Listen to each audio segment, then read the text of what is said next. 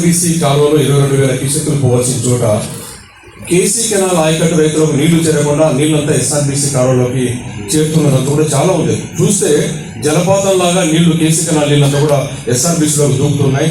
ఆ ప్రాంత రైతాంగం కూడా నోరు తెలిసి అడగలేని పరిస్థితి.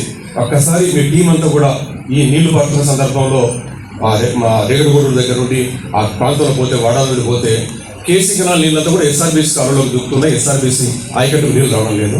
అక్కడ మనం నీటి వంతెనలు నిర్మించి నీటిని అవతలికి దాటించాల్సిన పరిస్థితి ఉంటే ఆ నిర్మాణం పక్కన పెట్టడం అటుంచి అంజయ్ గారు దయ వల్ల అంజయ్ గారి ప్రభుత్వంలో ఎస్ఆర్బీసీ నిర్మాణం జరిగింది, శాంక్షన్ అయింది.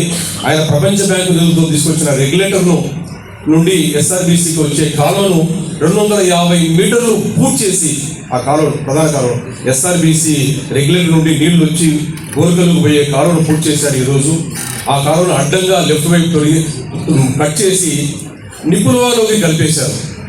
అంటే రాయలసీమకు రావాల్సిన నీటికి రావాల్సిన అడ్డంకులు తొలగించకుండా చాలా సీరియస్ అఫెన్స్ ఇదంతా కూడా.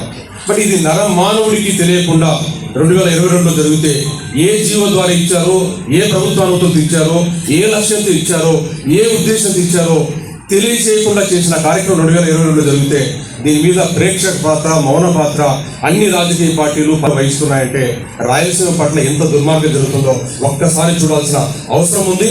ఆ నిర్మాణాలు పూర్తి చేయకుండా ఆ నీటిని కుందులోకి పోసి కుందులో వరదలు వస్తున్నాయని చెప్పి ఆర్టిఫిషియల్ వరదలు సృష్టిస్తూ కుందు నదులు వెడల్పు చేసే కార్యక్రమం చేసుకుంటూ పోతున్నారు. ఈరోజు అన్న చెప్పారు ఆత్మకూరు నుండి బుడ్డ రాజశేఖర డిస్ట్రిబ్యూటర్స్ సరిగా లేవని చెప్పి, అమ్మ కూడా అక్క కూడా చెప్పింది ఈరోజు ఆమెగడ్డ ఏరియాలో డిస్ట్రిబ్యూటర్స్ సరిగా లేవని చెప్పి, అన్న వరదరాజు అని చెప్తున్నారు మాకు బ్రహ్మసాగరం నీళ్లు పారడం లేదని చెప్పి.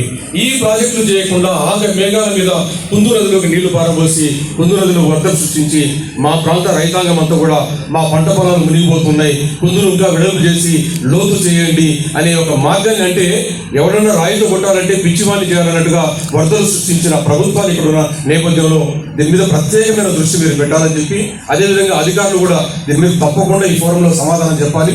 ఎందుకు దాన్ని పూర్తి చేశారు, ఎందుకు తెంచారు, ఎందుకు వరదలు సృష్టించారు దాని మీద స్పష్టంగా రాయలసీమ సమాజం అంతా తెలుసుకోవాలని చెప్పి మీ ద్వారా నేను కోరుకుంటున్నాను. Thank you very much.